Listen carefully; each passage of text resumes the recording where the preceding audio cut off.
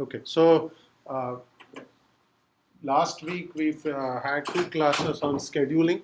We started with uniprocessor scheduling, then we looked at what operating systems need to do to schedule multiprocessors or multi-core systems. Then we generalized that and looked at distributed scheduling, how jobs are scheduled across a set of machines in a distributed system, okay, a collection of servers or perhaps a collection of workstations. We did several case studies at the end on the V system from Stanford, very brief case studies. That is V system from Stanford, the Sprite operating system from Berkeley. I talked about volunteer computing, and I talked about the Condor system for distributed scheduling. Okay. I will put up some pointers to some of these papers. They're classical papers. If you are interested in learning more, there's also some material in the book on some of these systems. Okay, so I do urge you to go and look at all of that material and bring yourself up to speed, at least those who couldn't come to the makeup class.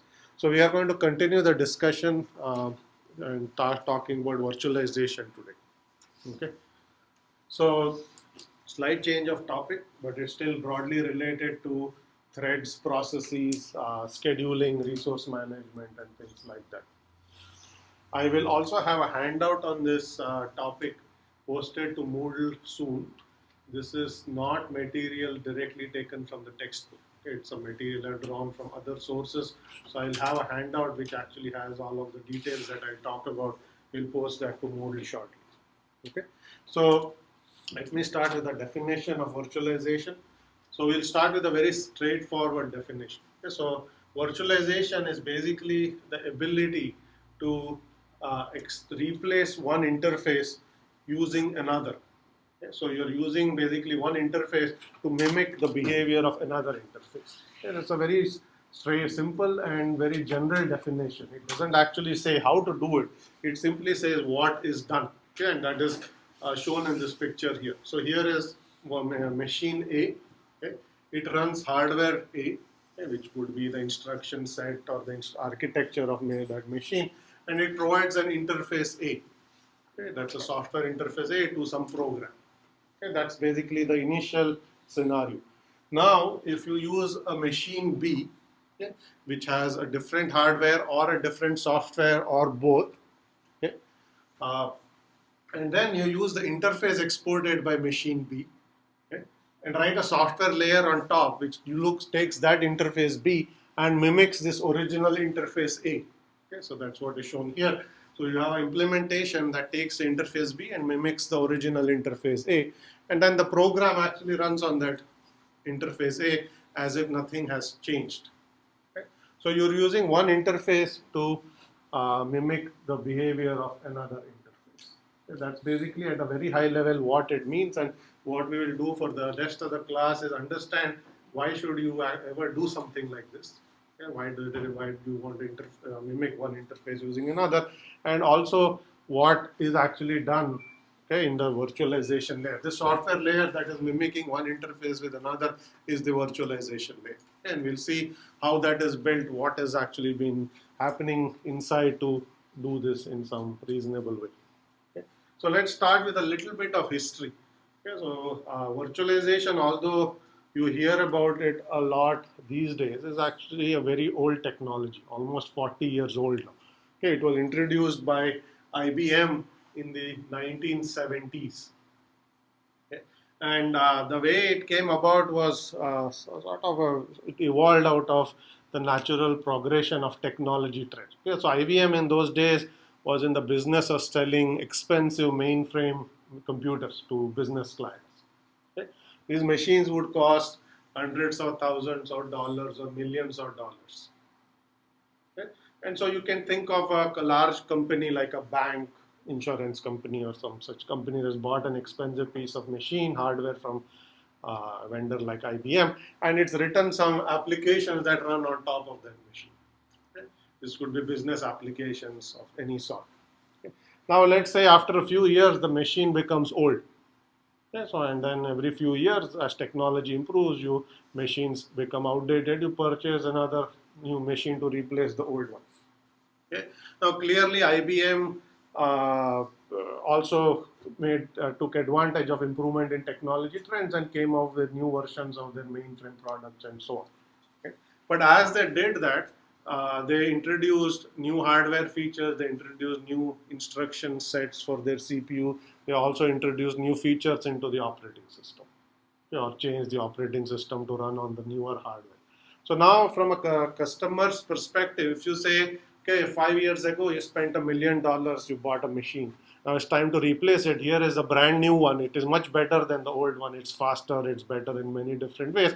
So now you can write a check for another $1 million, buy this new machine. Okay? And by the way, all of the applications that you had written previously, none of them will work anymore because the hardware has changed, the OS has changed. So you should now think about how you're going to port this application.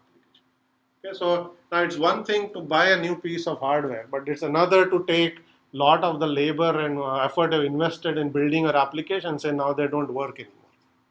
Okay? And it's a substantial amount of effort to retool those applications to again port them to some new hardware. Okay? People time is expensive. Okay? If you want to rewrite, hire 100 people to rewrite all your application, that's going to be several million more dollars in addition to the hardware you're buying. So you don't necessarily want to do that. Okay? So what they did was they sort of came up with this idea saying, let us have some sort of a portability layer that will allow old applications to run as if nothing has changed. Okay? And that is basically what the virtualization layer did. So although their mainframe architecture and OS had changed, they introduced this layer to ensure backward compatibility or portability. So what that layer simply did is it basically emulated the old OS and the old hardware, even though it was running on something that may be completely different, new CPU or new OS. Okay. So now this is a much better way to sell your product, saying, okay, a machine is outdated, we have a much better product now. Okay. It's still going to be expensive, but by the way, nothing that that used to run on the old machine has to be changed. It will run unmodified on the new machine. Okay? It's much easier. Then all you need to do is move your data, move your code, and you just start the applications up. They continue to run. Okay? Now these ported applications will not be able to take any advantage of the new features, okay? But they will run unmodified. Okay? They don't have to be changed at all. Okay? Any new applications that you write, you will actually write them to the new interface B to take advantage of the newest features. But anything that was previously written to any old hardware would continue to run. Okay, so that's basically the way they came up with this notion of virtualization, and clearly that kind of message is much better than telling someone saying nothing is going to work from your old machine, everything has to be redone. Okay? So that's the brief history of how virtualization came about. Okay, so they invented this layer that would mimic the old hardware and the old software using the new hardware and the new software. Okay. Now, for many years, or sort of many decades rather, that is all that virtualization was used for. It was sort of a portability layer that you came with your large, expensive mainframe. Okay. But then several technology trends have now made this really a mainstream technology, and which is why we are even having a lecture on this topic. Okay, so now we'll talk about what virtualization is being used for today, how does it work, and so on and so forth. Any questions on this history? Is it clear what we mean by emulating one interface with another? Okay. So, the definition was somewhat general for a reason, okay? Because there's not one type of virtualization, but many types of virtualization, and this depends on what hard interface you are emulating. Okay? So you could actually take one hardware, okay, and emulate some other hardware. Okay? In this case, you are going to get hardware level virtualization. Okay? You could take one OS interface. Okay? In this case, the interface at the hardware level, the interface is the instruction set to the CPU. Okay? So you are using one instruction set to emulate another instruction set. So that's hardware level virtualization. If the interface you are trying to mimic, okay, is one OS interface mimics another OS interface, that's OS level virtualization. Okay. You could of course mimic at the application level one interface using another, that's application level virtualization. Okay. JVM or Java Virtual Machine is application level virtualization. Okay, it is basically exporting an abstract Java virtual machine interface at the application level. Okay, so you have virtualization technologies at all of those levels. Okay, we'll look at some of them. Hardware level, OS level, application level. Typically, when somebody says virtualization, in most cases, they by implicitly mean hardware level virtualization. But that does not have to be the case, as OS level and application level virtualization as well. Okay, is that clear? So there are different interfaces at different layers of the hardware and software stack. So depending on what interface you are using to emulate another one, there are different types of virtualization.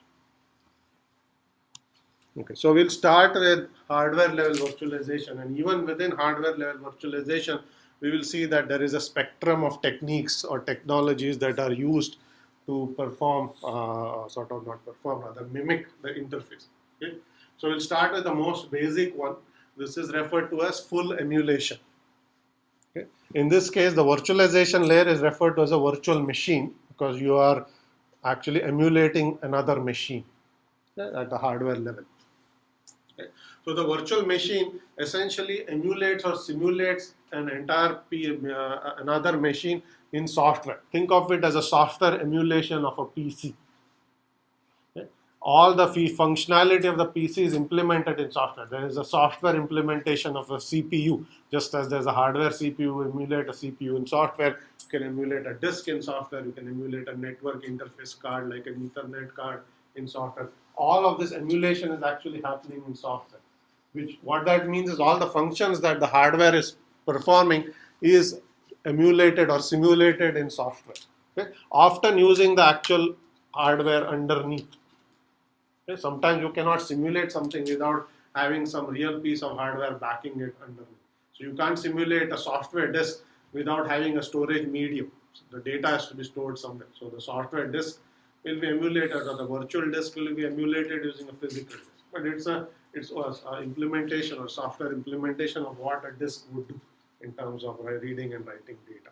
Okay?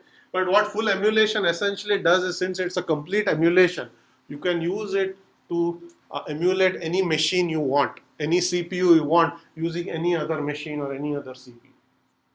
Okay? In particular, you can take one family of instruction set or CPUs and emulate another one. That's a very popular use of full emulation. Okay. Examples are, if you have heard of Box, which is open source software. Okay, it's a piece of software that emulates several dozen different CPUs. Okay. It runs on x86, so it's using your typical PC. Okay, there's a program that runs on a PC, but it emulates a variety of different types of CPUs. There is QEMU, which is also related to Box. But this is a good example to keep in mind. This is a software product that Microsoft used to sell until recently, called Virtual PC for the Mac. Okay. So until about 5 years ago, okay, Macs were not x86 based. Okay. They used to run a processor family called PowerPC.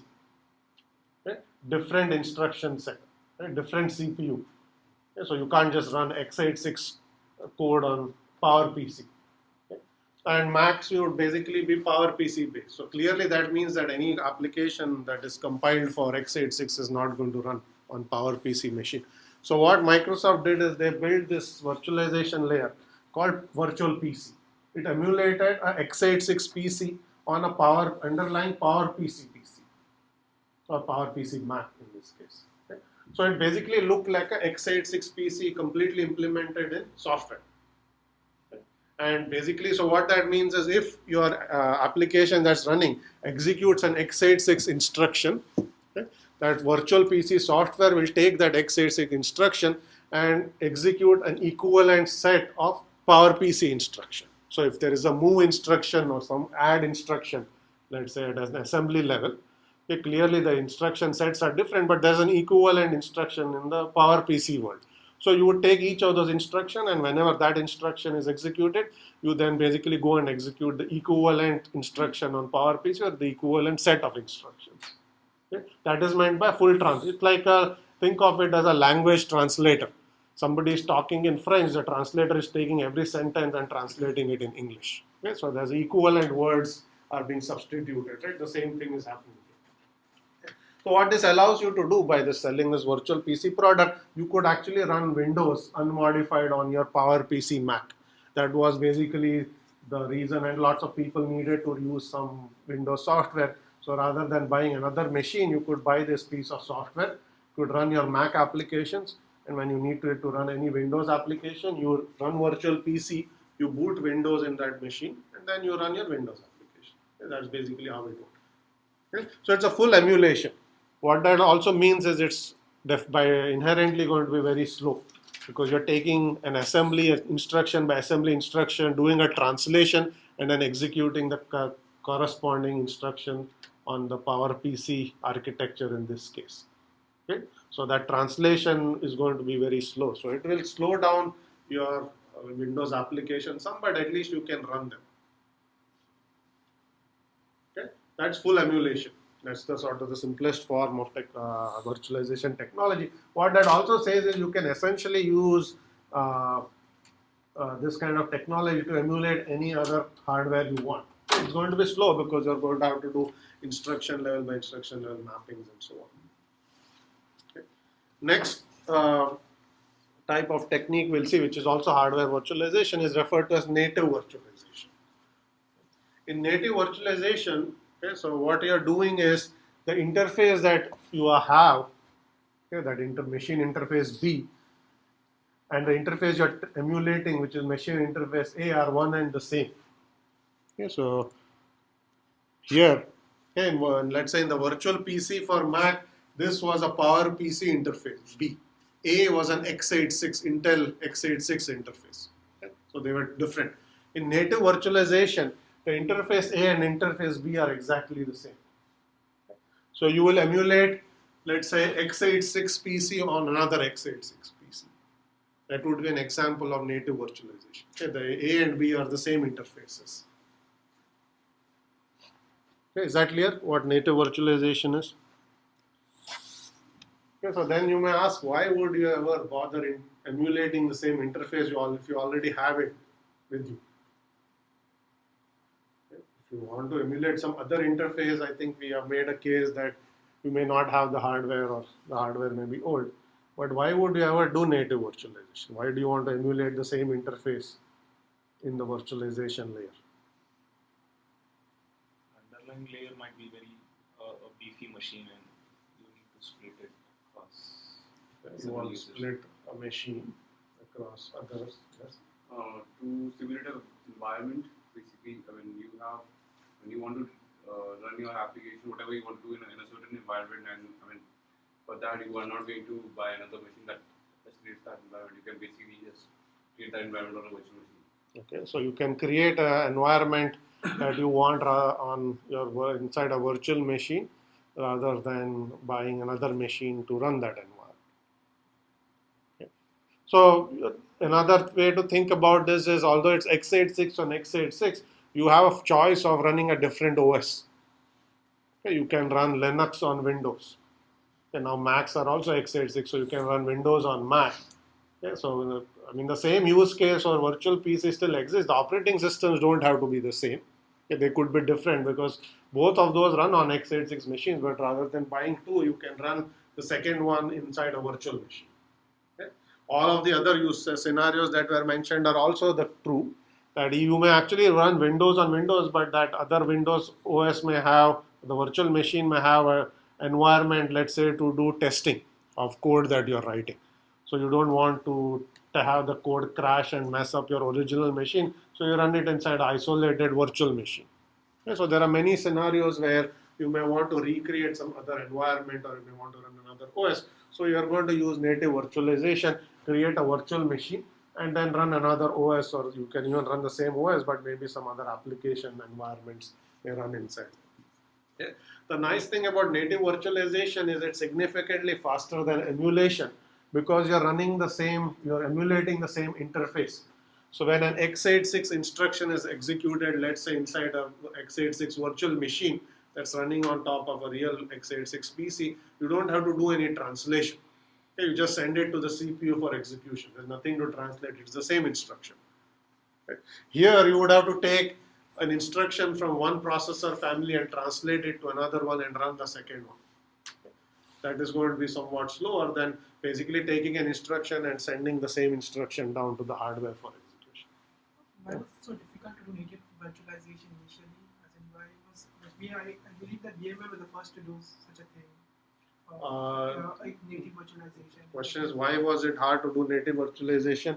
VMware was not the first to do native virtualization. IBM had this technology as well, which allowed you to actually do the other use case that we have not yet discussed, which is take a large server and make it look like lots of small servers. The concept was first done by on x86 by VMware, right? IBM used to have this kind of technologies back in the 80s or 90s, where you took a large mainframe and made it look like lots of small machines. But it was for mainframe, not for x86, right? Yes. But it is still hardware native virtualization. Just using the same interface, using another interface. That's the definition. x86 is a different use case. This is a hardware virtualization. Yes. So then what is the difference between the operating system virtualization and the hardware virtualization? Okay. Question, what's the difference between hardware and OS virtualization? I will come to OS virtualization in the next slides, and we will discuss what we do that's different. Okay. So native virtualization basically says it's the same underlying virtual machine, not virtual machine, in interface. So it's much easier to do run the code, but you may still have to simulate some hardware, like the disk. The memory may have to be virtualized, the disk, the network interfaces may have to be emulated, and so on. Okay, so you only need to emulate those. The rest of it is much easier. And there are lots of different products that are available from VMware, Parallel, VirtualBox. Okay, if you use any of those, or there's IBM has its own set of products that do native virtualization. Okay. Next up is a technology called para-virtualization. Okay, I'll come back to para-virtualization and show you a figure that shows how this is done.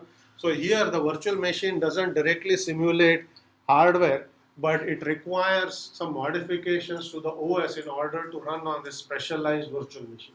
Until now, in full emulation or native virtualization, we assume that the software that's running on the virtualization layer is unmodified. Okay? It's the same software that you had run on the actual hardware, you just run it without changing it at all. You don't change Windows just because you run in the VM. Okay, it runs the same code runs. Okay. But there are special scenarios where you can make some small changes to the operating system, okay, in order to run it on the virtual machine. If you use this kind of technique, and we'll see why that even makes sense in just a little bit. Okay, you have what is called as para-virtualization. Okay, so there is a Zen Zen virtual machine monitor is an example of a para-virtualized technology. Okay.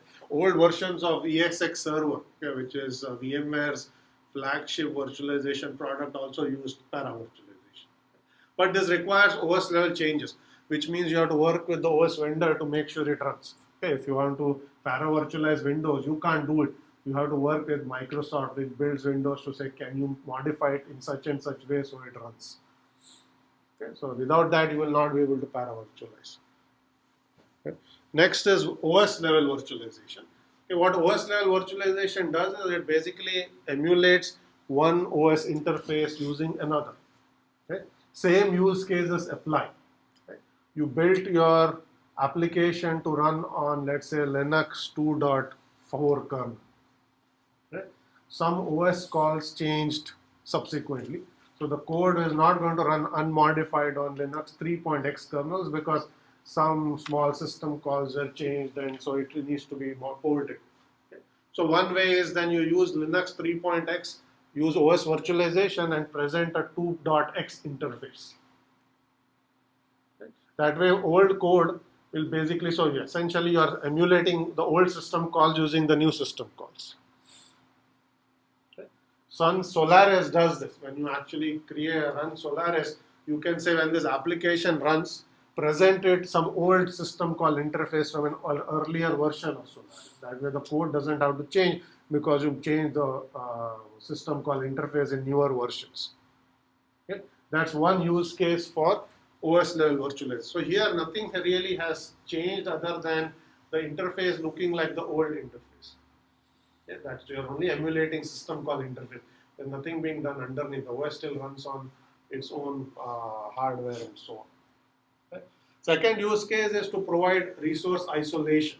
Okay, you can essentially provide the notion of a smaller virtual server that gets its own copy of the OS that runs on the old OS. Okay. So essentially, so let's say that's the machine here, that's the hardware, that's the OS kernel. Okay. So you can create things called something called a virtual server. Okay, what that is like a resource container. Okay. So the processes that are running here, applications, cannot see or access processes that are running in other containers. So they're isolated.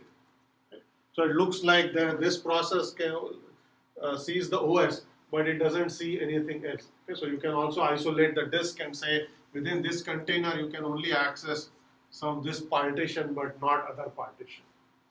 Okay. So this is often used for resource isolation. Okay. You can even allocate some CPU to this container, saying this container gets 20% of the total CPU. Okay? So if the machine, the OS, not the OS, rather the application tries to ask for more, it is going to be capped at that level. Right? So it provides performance and resource isolation. So you can take your machine and then create smaller virtual servers on them. Okay? Each of those virtual servers look like an independent machine. It's just the same machine. Is the OS pretending like this is its own OS, and it just simply does this by creating a partition. Anything in one partition cannot see what is happening in the other partition. You can't see those processes. You will not be able to see the disk partitions in the other partitions and so on and so on. But otherwise, it's the same OS. Okay, you don't have another copy of the OS necessarily. Okay, does that answer your question? You had asked. Okay, so what I understood was like your OS is, that versioning of like the Linux 2.0 can run on Linux 2.3.0, so you are giving a compatibility support there. So the application that needs to run on Linux 2.0 can run on Linux 3.0. Right? Now, that's so I got that part. The guest OS is the same as the host OS, but appears isolated. Is it like so we don't have any other OS layer on top of it, right? Yeah, so I will draw a picture just to make this a little more explicit. Okay, so in native virtualization, let's say x86, you have a virtual machine that runs. Let's do the following. Let's do the simple. So you have OS running.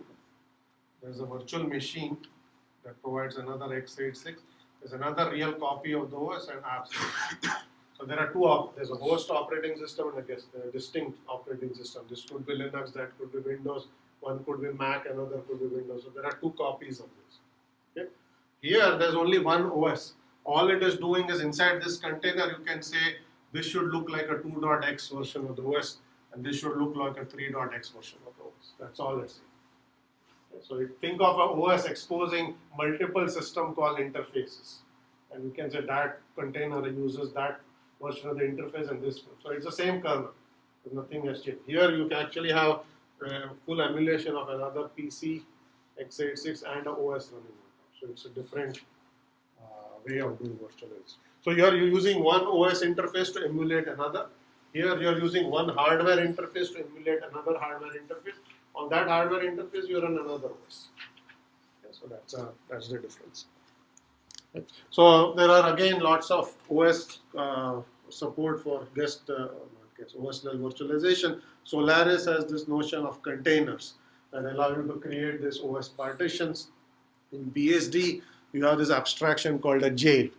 Okay, you can jail a process, which means that you isolate it and you put it in its own cell. It can't see anything else. It only sees itself. No other processes are visible. Any process it starts are still visible to it, but everything else is not visible. You can also jail files, and you can only see this files, nothing else. So it's isolating the process. Linux has the same abstraction called vServers. Okay, so if you have a vServer, that will allow you to basically do OS level virtualization. Yes. So OS level virtualization, is it a rule that you have different levels of isolation? You provide different levels of isolation in the sense the hardware, the disk, the memory heap, or even the CPU has to be isolated from other things, or that can be a case where there is something shared. The OS level virtualization, the kernel is shared. right? So so if you actually exploit a kernel bug and crash the kernel, the whole machine is going to crash. In a hardware virtualization, if you crash that OS, the underlying OS is unmodified, right? So it's not going to be impacted. Okay, so there's a different level of isolation being provided here. Okay. Last up is the application level virtualization. Here, essentially, you can get your one application interface emulating another application interface. The simplest one to think of is the Java virtual machine, or the JVM.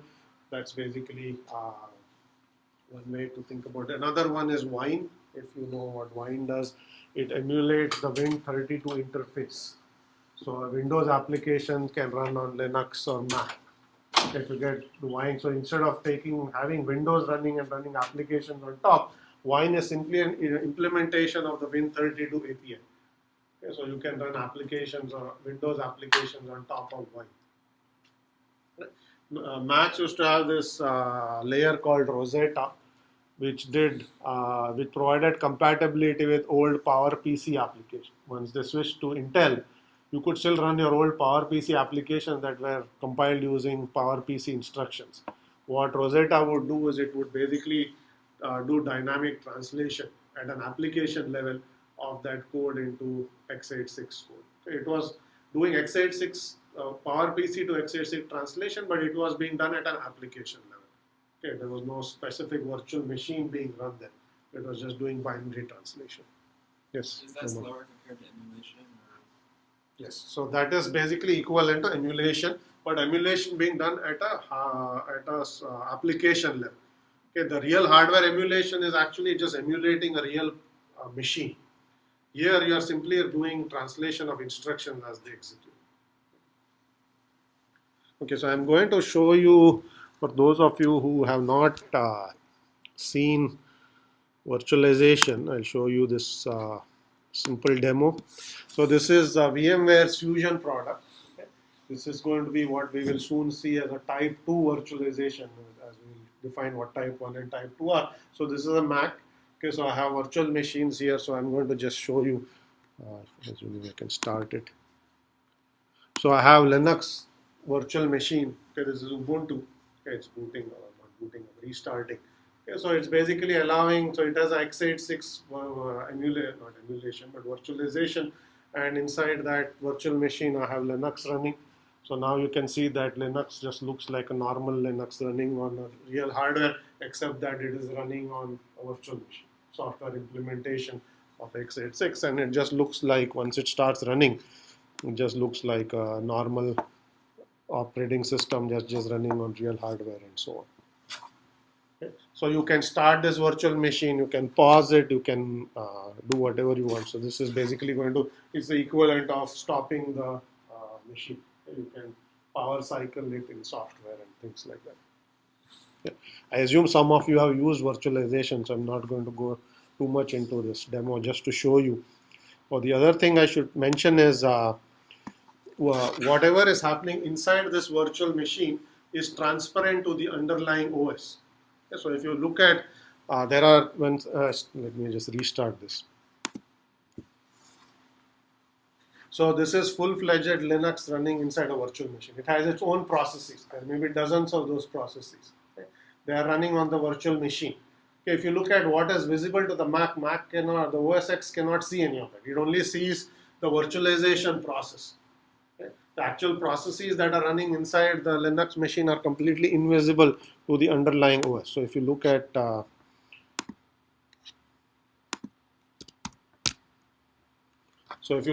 what processes are visible, you see that VMware Fusion is running. Okay?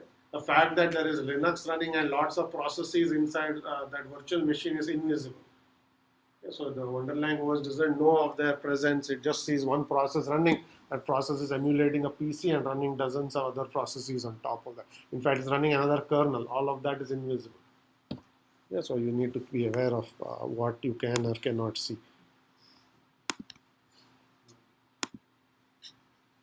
Yeah, there's a question. Yes. So, in the multiprocessor PC, operating systems where, so the threads that you will be emulating in as an Ubuntu. So there will be multiple threads that will be running for this one process. So that will be like a user thread for the Mac. Is it? Yeah. So question is, what happens in the multiprocessor world if you have multiple threads running? How are they actually mapped onto the underlying machine? That's your question, right? So what happens is, because the virtual machine is a software implementation, you have virtual CPU. Okay? The virtual CPU, you can emulate multiple virtual CPUs as well. Okay? So you will have inside a virtual machine, you may have 2 vCPUs or 4 vCPUs. It is up to the virtualization layer to decide how those vCPUs map to the physical CPU. So you can actually emulate a multi-core or a multi-processor virtual machine, still run it on a uniprocessor system. All those vCPUs will actually map onto one CPU underneath. You can have an underlying multi-processor machine, and you can have a multi-processor virtual machine, and you can have vCPUs directly mapped onto physical cores. Okay, how that mapping is done is up to the virtualization layer. But as far as the underlying OS is concerned, it doesn't see anything. Because even there may be multiple vCPUs, they're all being emulated in software. So you don't see the presence of threads. Even though 2 threads may be running on 2 vCPUs, they're still invisible. And the fact that your virtual machine is multiprocessor doesn't actually change the fact that what is happening inside the VM is transparent. You will not see it. Okay, because they're all happening as a software emulation. So when you I don't know, my experience with VMware is that if you drag something like a file from like the host operating system to the guest operating system, like it is able to convert the file system. Like how would it do that? Okay, so you are asking a question saying, if you actually can drag, so since there's a physical machine and a virtual machine, when you drag data from one to another, how does it do the conversion? Okay? That conversion is not actually happening at a virtualization layer. VMware has additional helper tools that are running in separately. When they see that something is being moved from the physical or the virtual machine or vice versa, those helper tools actually do all of the translation. Okay? And then they provide that data either to the host or the guest operating system. It's nothing is happening at the virtualization layer. That's written on top. Typically, if you just take any vanilla virtual machine, you wouldn't be able to do that. So they added that as a convenience feature. Okay. Any other questions? Okay. So these are the 2 types of virtualization, hardware level virtualizations technologies that are prevalent for native virtualization. What I just showed you is referred to as type 2 virtualization. What happens in type 2 virtualization is there is a host operating system that is running on the actual hardware. In this case, there's Mac OS X running on the actual hardware. Okay. The virtualization layer runs on top of the host operating system. It runs as an application that runs on top. Inside, on top of this virtualization layer, you can create as many virtual machines as you want. Okay, you could have started 2 of these Ubuntus if you wanted to, or as many as you have resources for. Okay, so here is one virtual machine, and inside there's a guest operating system, which could be different from the host operating system. And inside the guest, there are processes running. Okay. And these processes are not visible to the host. The host can only see this entire VM as a process, and it sees its own processes. Okay, that's basically, these would be Mac processes. This is a VMware process that's running. Okay, what's running inside? Not visible. Okay, that's type 2 virtualization, also referred to as virtualization, that your products that you run on the desktop are all type 2. In the server world, there is something called type 1 virtualization, also referred to as bare metal virtualization. Okay. In bare metal virtualization, there is no host operating system. Okay. The virtualization software actually runs on the hardware directly. So you boot up the virtualization software. It looks like a kernel of its own. Okay. So there is no real kernel. This virtualization layer acts as a kernel, and it also acts as a virtualization software to everything that runs above it. So you get rid of this host operating system entirely in the server world. You directly boot up your virtualization software because it has the same functionality as a kernel. So this acts as your kernel. Then you can create virtual machines on top. In each virtual machine, you have to run an actual OS and then the application. So this picture shows you 2 virtual machines running on a bare metal hypervisor. The hypervisor is a name for the virtualization software. Okay, so this is type 1 virtualization, and then you have two VMs, one running Windows, one running Linux. Okay. This is very common in the server world. So if you buy a 16 core or a 32 core machine, the application that you're running on top may not need all those resources. So you typically end up creating smaller virtual machines. Let's say a 2-core machine, virtual machine that runs on your 16 core. So you can create 8 of them, for instance. So now you look like the physical hardware has 8 servers running on it. Each looks like its own machine, each has its own OS. Okay, any questions on this? Okay, so now we'll talk a little bit about how all of this virtualization technologies work.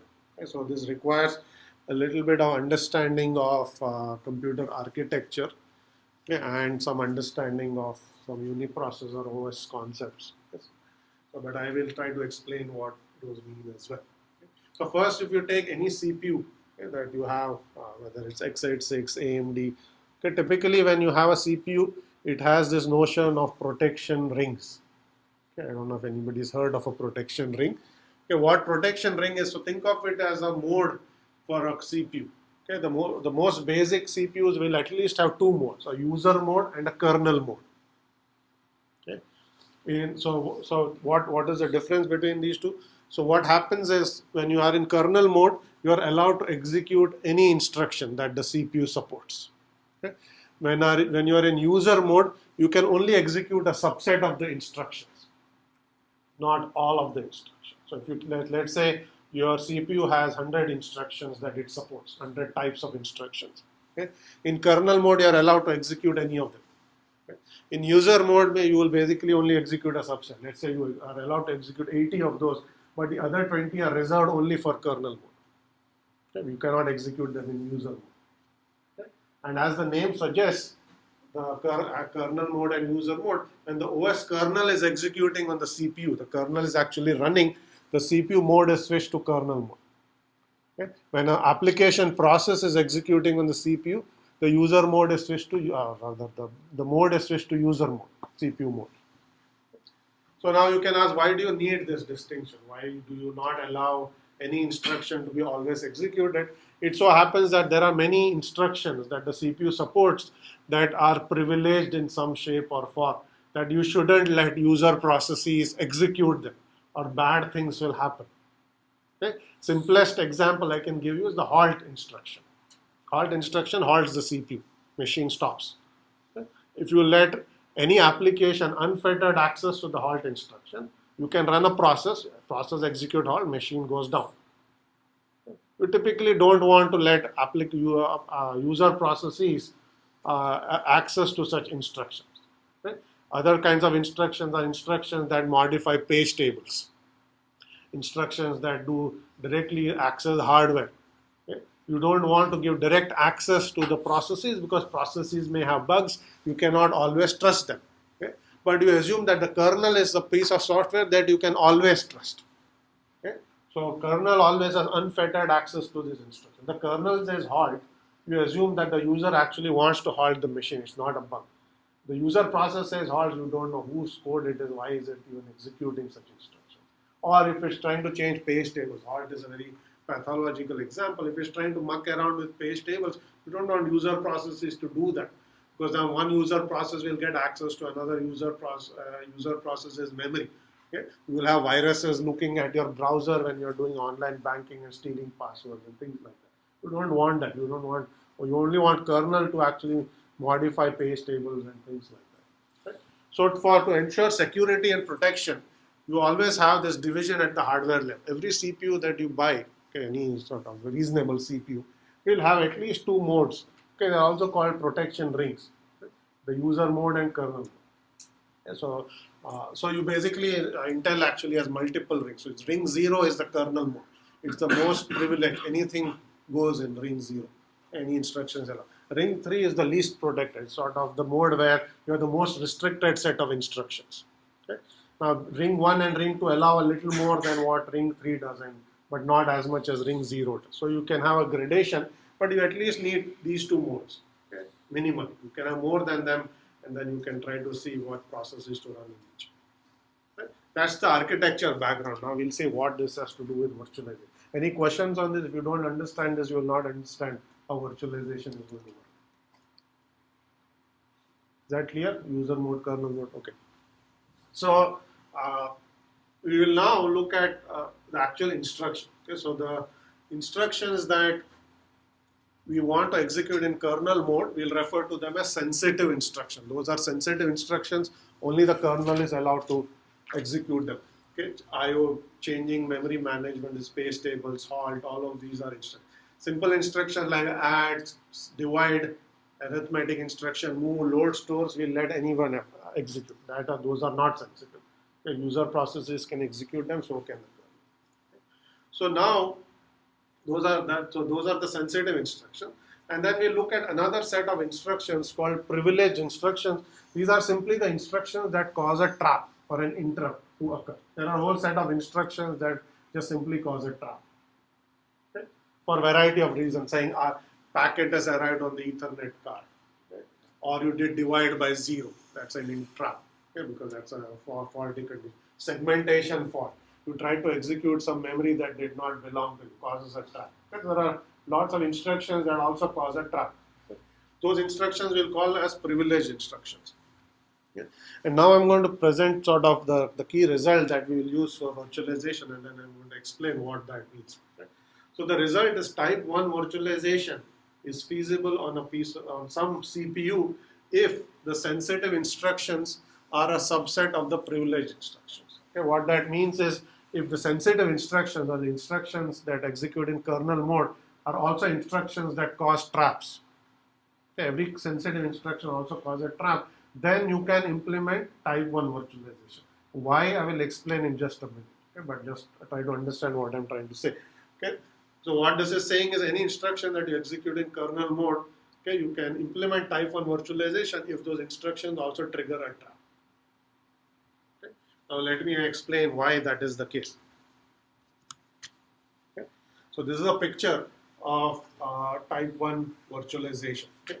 This is hardware. Okay. That is your hypervisor. That's a virtualization layer. There's a virtual machine running on top. There's an OS on that virtual machine, and there are applications on that virtual machine. Okay. Now let us ask the question, what is going to run in which mode? Okay. Let's say you have only two modes, user mode and kernel mode.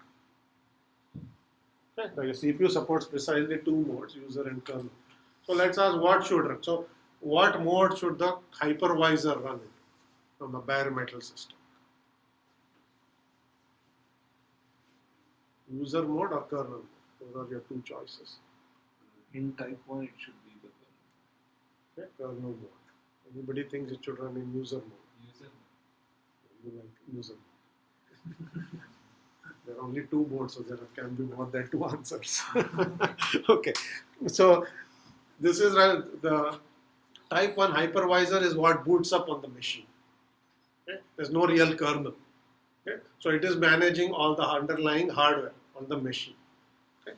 So if the type 1 hypervisor is managing underlying hardware, we will trust it, okay? Which means we will run it in kernel. Okay? So it's not user mode, unfortunately. Okay? So type 1 hypervisor runs in kernel mode. Okay? And it has to run in kernel mode because it is going to allocate CPU, it's going to schedule virtual machines and so on and so on. It acts like the kernel, although it also provides virtualization. Okay, it's a bare bones kernel with virtualization support is the way to think of a type 1 hypervisor. Okay, so that's well and good. Now there's a virtual machine and the user processes inside that virtual machine. Okay, what mode should we run the user process in? That's clearly user mode. Nobody should think they should run in kernel mode. So user processes run in user mode as we always do. Okay?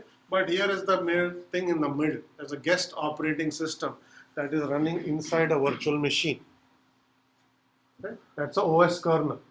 Okay? If you did not have virtualization, if you had booted that kernel directly on this hardware, that kernel would run in kernel mode.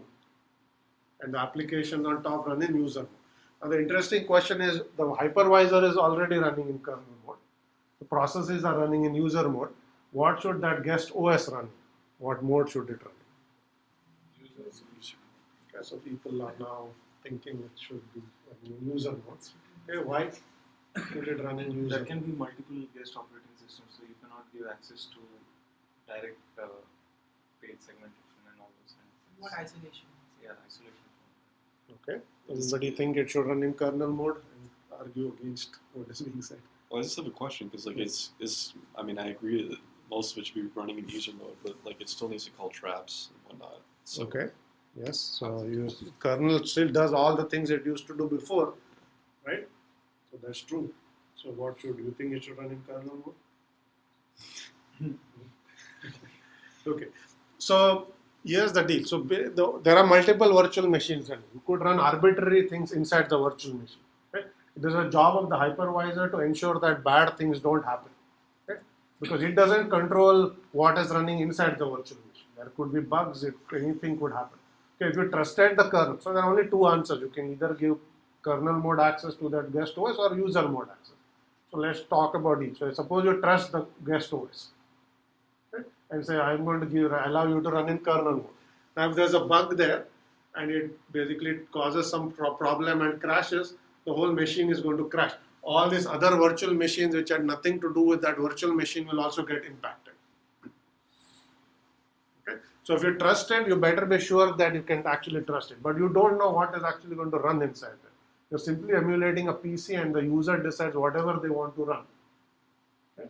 So what that means is you probably should not trust it. Okay.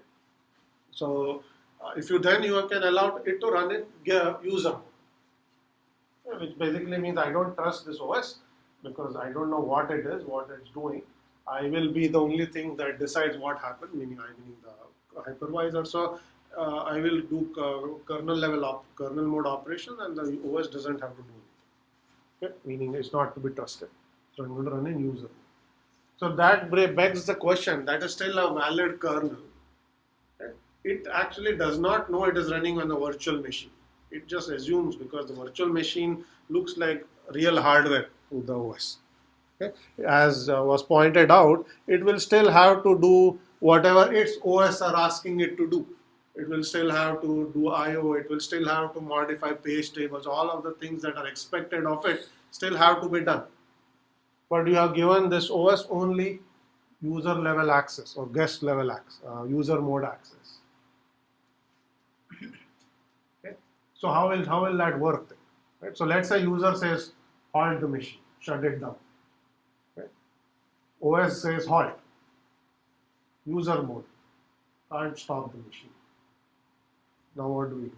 You don't have to stop the underlying machine, you just have to stop that guest Yes, you still have to do it, but you have to execute that halt instruction. in the hypervisor. You can build a logic in the hypervisor that if there is such instruction, then that will only impact that guest OS. Okay.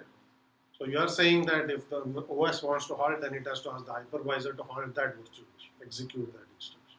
Is that what you just said, or that's not what you said?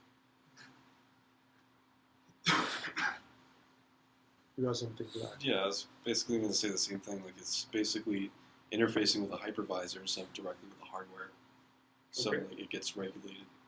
Basically. Okay. So basically, you have something else? Yeah.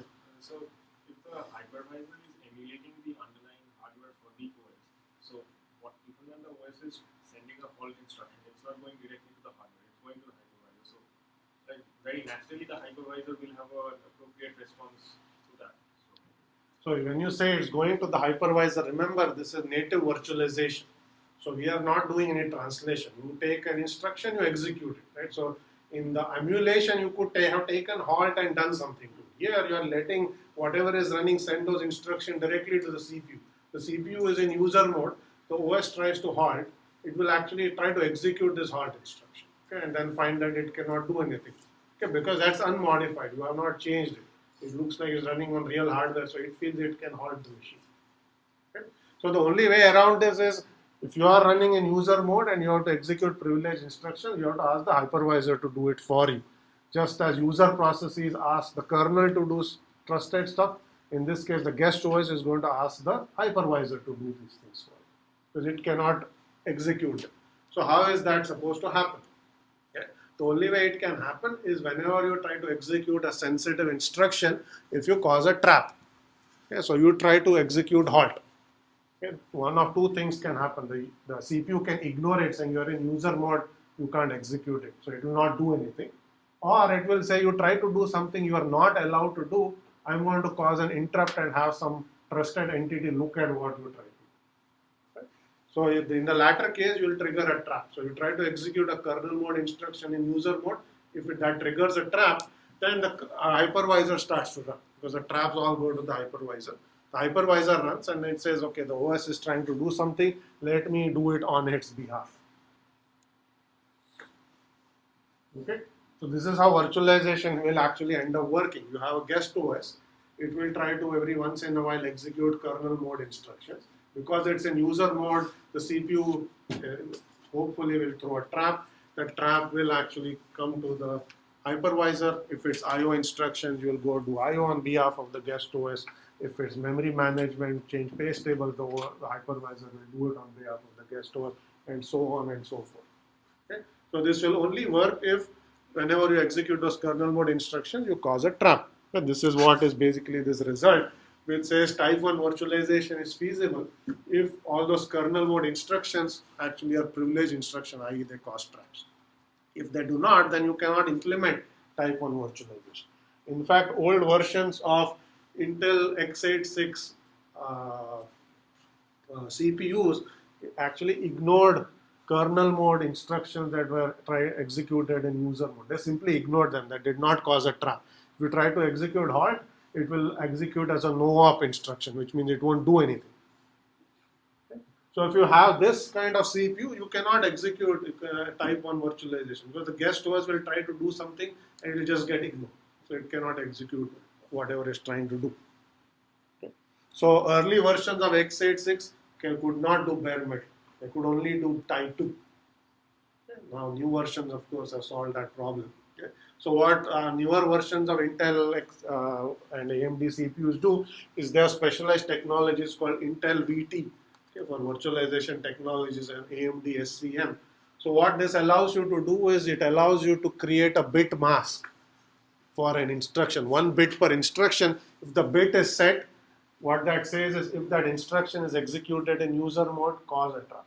You can explicitly set bits for instruction. Because by default, the default action is you execute a kernel mode instruction in user mode, ignore. Okay? But you can set a bit saying if this instruction is executed, don't ignore, cause a trap. Okay? That's what VT does. And then so you have a hardware bitmap on what instruction to trap. So now when the hypervisor boots up, it can initialize this bit mask and say these are all the instructions that if the OS executes, then come sort of create a trap and come down. Who has the control of setting bit mask? Okay, so who has the control of setting bit mask? So that should also be a privileged operation. So only the hypervisor when it boots up should do all this. You can't let guest operating system muck around with it. Then they can cause more trouble. Is that clear? Okay. Now the other nice thing that we can also provide as a CPU designer is not just 2 modes but at least 3 modes. Okay? Ring 0 is the most trusted kernel mode. Okay?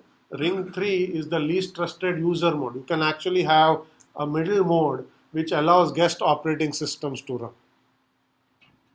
Okay? That way you can distinguish between whether the halt has been called by an application, in which case you shouldn't worry about it at all, or the guest operating system in which you should actually pay attention to. Because when you are trapped into the hypervisor, you cannot tell whether some process triggered this instruction or the kernel triggered the instruction.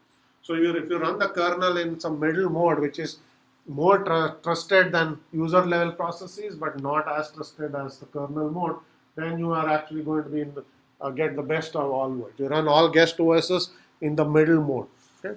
Which is not as privileged as the kernel mode, but you trust it a little more than arbitrary processes. So, I mean, when the trap goes to the hypervisor, so basically the hypervisor ensures that for the halt instruction that the virtual OS goes down, is halted, right? In the halt instruction, the CPU stops executing. Yeah, stop executing basically only for that virtual OS. Yes. Right now, if we have like another ring, let's say ring 1, which allows that the virtual OS directly to halt the system and use the halt instruction. So how does that ensure that only that virtual operating system would the processes for that operating system will halt? Okay. So question is, if you have a middle mode where you allow some kernel mode instructions to execute, and what happens if they execute and bring down the machine? That's your question, right? So what you do in the middle mode is not allow more instructions to be executed, but you basically let them cause a trap and you pay attention to the trap. Okay? In ring 3, if you call halt, you will ignore it. In ring 2, if you call a halt, you will trap and you will actually process it. But all the kernel mode instruction will still be executed by the hypervisor. So not letting the middle rings execute anything, but you are actually making a distinction: should I ignore it or should I pay attention to it? That's all you're trying to do. Okay, so that's type 1 hypervisor. Any more questions on this? Okay, that's how you would implement bare metal. And now we'll look at how to implement type 2 virtualization. It's much easier than implementing type 1 hypervisors. Okay, so what you do in this case is that host OS is already running. Okay? Host OS is going to run in ring 0. It's running in kernel mode. Okay? So now you can ask, what should this thing run in? The hypervisor. User mode, kernel mode. Okay, it should run in user mode. It's actually a process as far as the host operating system is concerned. So it's going to run in pure user mode. It has no more privileges. Okay, in this case, it had full privileges. The OS inside did not have privileges. In this case, this OS has full privileges. This has no privilege. It's user mode. This guest OS also has no privilege. That's also in user mode, and so are its applications. Okay? So everything is running in user mode. Okay, so now you can ask. So here the guest OS is still trying to do privileged operation. Type hypervisor has nothing it can do. It is running in a user process. So what should happen? How should all this work? Okay. So the way this works is it basically does binary translation on the fly. Okay. So what the virtualization layer is going to do is, as it loads code to execute for processes, it's going to scan the code. If it finds any kernel mode operations in the kernel's sort of set of instructions, it is going to replace them with function calls. Okay? Those function calls, so rather than actually executing a kernel mode operation, the OS will transparently now execute this function call. The function call will actually come into the virtualization layer. The virtualization will then make a system call to the actual OS on behalf of the guest operating system. Okay? So you are going to basically do binary translation on the fly. So for all of the kernel code, as the kernel executes, you scan, is there a kernel mode instruction? And you on the fly, you replace that with a function call. Okay? So this is going to happen at runtime, completely transparent to the OS, which is why the OS is unmodified. The OS is still executing its own kernel mode instruction. But underlying, when they execute, some function call gets executed that goes to the type 2 hypervisor. The type 2 hypervisor will then make system calls. This is how, so in this case, you don't need any special hardware support. You can run type 2 hypervisors on old Intel x86. There's nothing needs to change, unlike type 1 or bare metal virtualization. Okay, so this brings us to this para virtualization. Okay.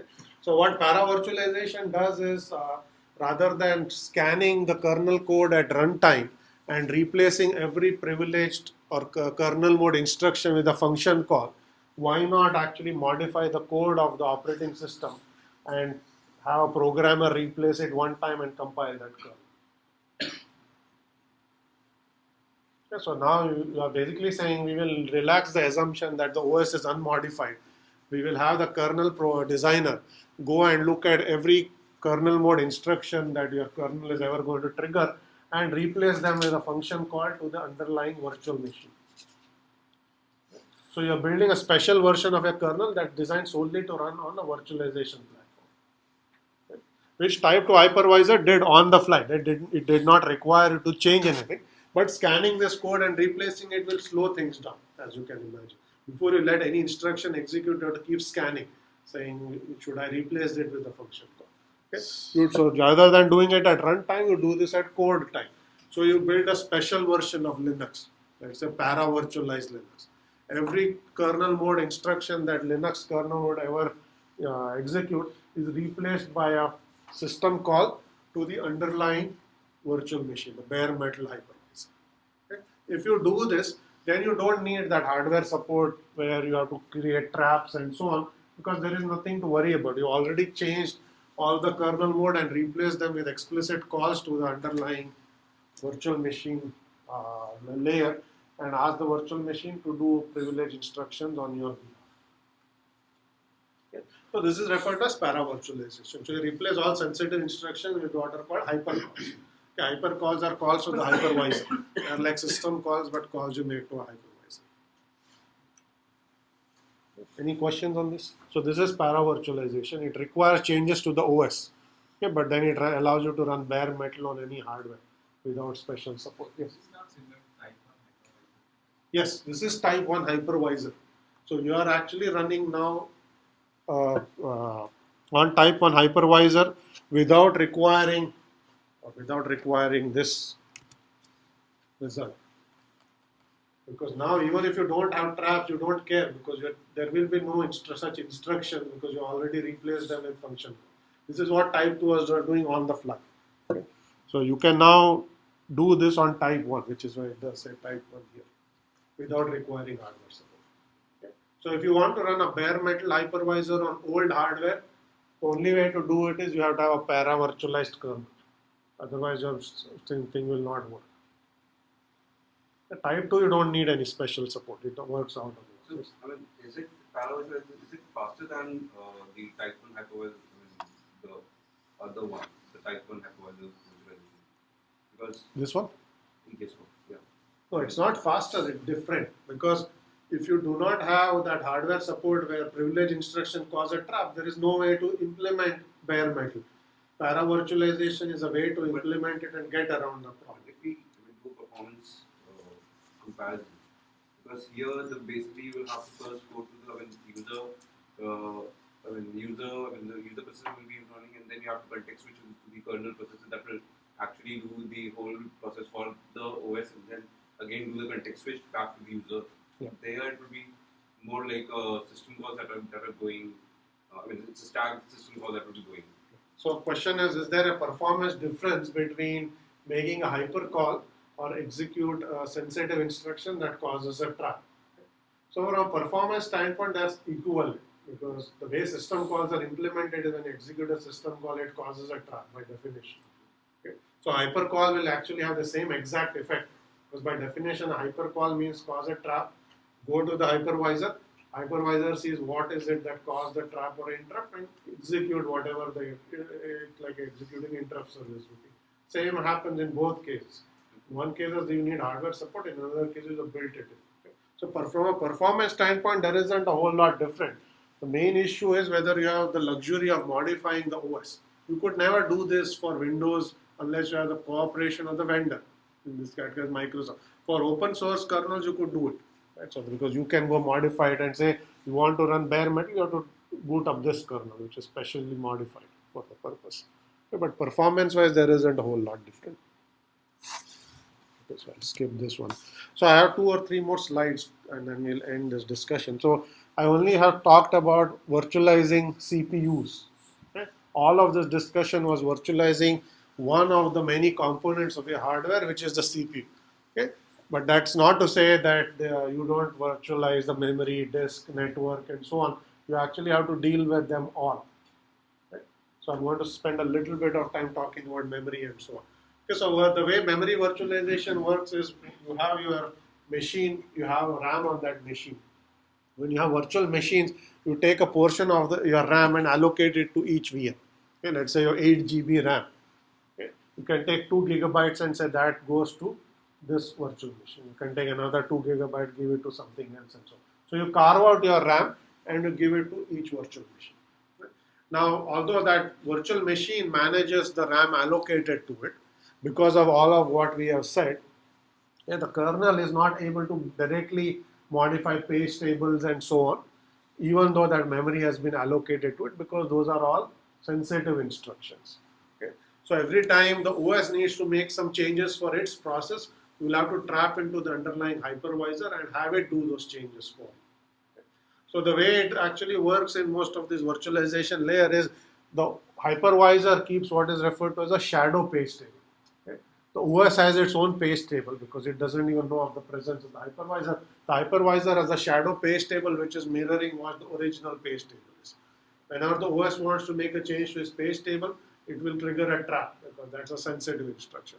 You will come into the hypervisor. The hypervisor will actually make modifications, the necessary modifications to the shadow page table, and since the original page table is mapped, those changes get reflected to the original page table. Okay.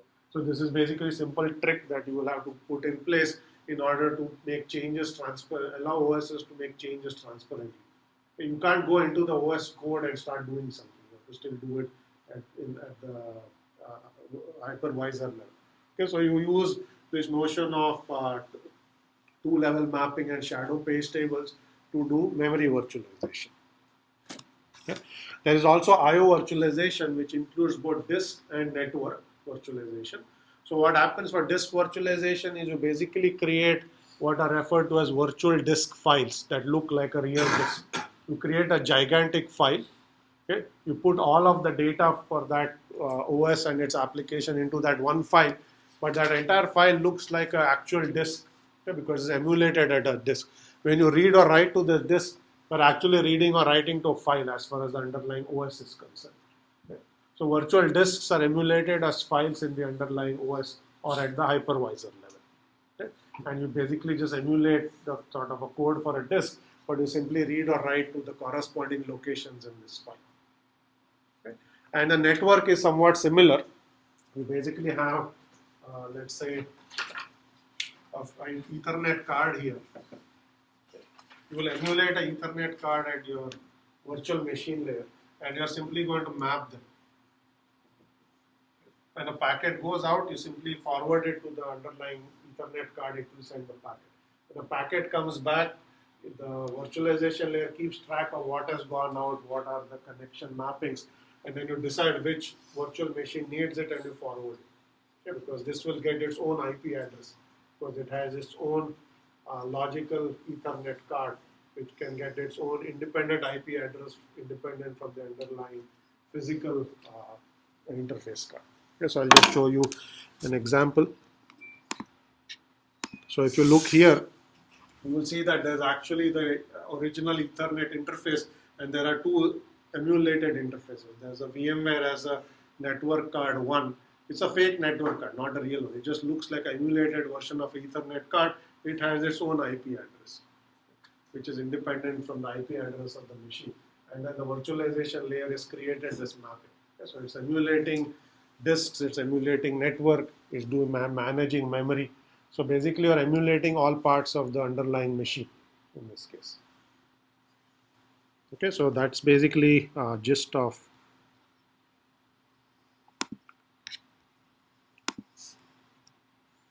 okay. So I will very quickly mention application level virtualization, which basically we said JVM is the easiest way to think about application level. You all coded Java. Okay, your Java process runs on JVM, which is an abstract machine. Okay, but your JVM is actually emulating a machine. Okay, but it's an abstract machine, not a real machine. It doesn't correspond to any real hardware. It's a logical machine they have defined, and your Java code runs on that logical machine. The JVM then basically emulates that logical machine using the underlying physical hardware. Whatever is being done by your Java code is being emulated and run on the physical hardware. So it's application level virtualization. So keep that in mind. I mean, you don't think of this when you execute Java code. It's actually running inside a virtual machine at the application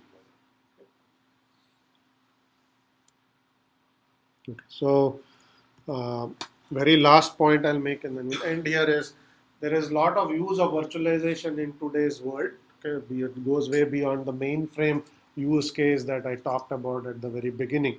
Okay, you can essentially download what are called virtual machine appliances. Okay, they're pre-configured virtual machine. They have an OS and some piece of software already implemented, installed and ready to go. Okay? So you simply download the entire virtual machine and you start running. Okay? This is becoming a new way to distribute pre-configured software. Okay? Rather than getting some large piece of software, installing it and then thinking how do I configure it, get it to run. What some vendors are doing is they're basically pre-installing it inside a virtual machine. It's already configured for you. So all you need to do is download and run. So the headache of configuration is all gone. Right? Of course, it runs inside a virtual machine rather than your native machine. But if it's a complex piece of software, you don't have to worry about how to run, how to configure it in order to make it run. So if you go and look at either Amazon or VMware's marketplace, you will see that there are hundreds of virtual machine appliances. Okay, these are pre-configured, pre-populated software in the virtual machine. You simply download and you are ready to go. You can get sort of e-commerce appliances where you have a store already sort of configured and you can just use it to build a website which emulates online retail stores and things like that. So that's one way virtualization is making software deployment easier. Yet another is it's used in data centers in the server world to take machines, consolidate them onto smaller number of machines, but run them on virtual servers rather than physical servers. Okay? So you can replace 5-year-old single processor machine by a single machine that has 32 cores. Okay? Run 16 virtual machines on them, give each virtual machine 2 cores. Okay? It's still faster than your 5-year-old machine because now you have 2 cores as opposed to 1. Okay? But now you can throw away 8 machines and replace it with 1. It is much easier to manage into a hardware perspective. So that's another popular use case for virtualization. As you replace hardware, rather than buying one replacement machine for an old machine, you buy one machine for n machines and then run virtual machines in them. Cloud computing we'll look at. Right? We're actually going to do some assignments on cloud computing. It's also useful in desktop work. Okay, for doing testing and development. Your development machine could be a virtual machine. You could do testing because your software is pre-configured. You load it and you test it. Even if it crashes, nothing has to change on your original machine. Okay, so a lot of use of virtual machine technology in software development world, for what is referred to as test and dev environment. Okay, so with that, I'm going to end here. We'll continue some of this discussion next time. Yes, and last announcement, there's no class on Wednesday. Okay, that's the reason we had a makeup class last week on Friday. Okay, so Wednesday there's no class, so I'll see you all next week.